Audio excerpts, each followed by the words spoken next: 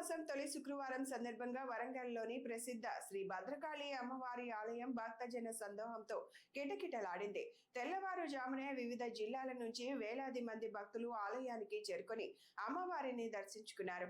ముఖ్యంగా మహిళా భక్తులు అధిక సంఖ్యలో పాల్గొని ప్రత్యేక పూజలు నిర్వహించి తమ మొక్కులు చెల్లించారు. క్యూ లైన్లో క్రమశిక్షణతో వేచి ఉండి భక్తులు అమ్మవారి ఆశీస్సులు పొందారు.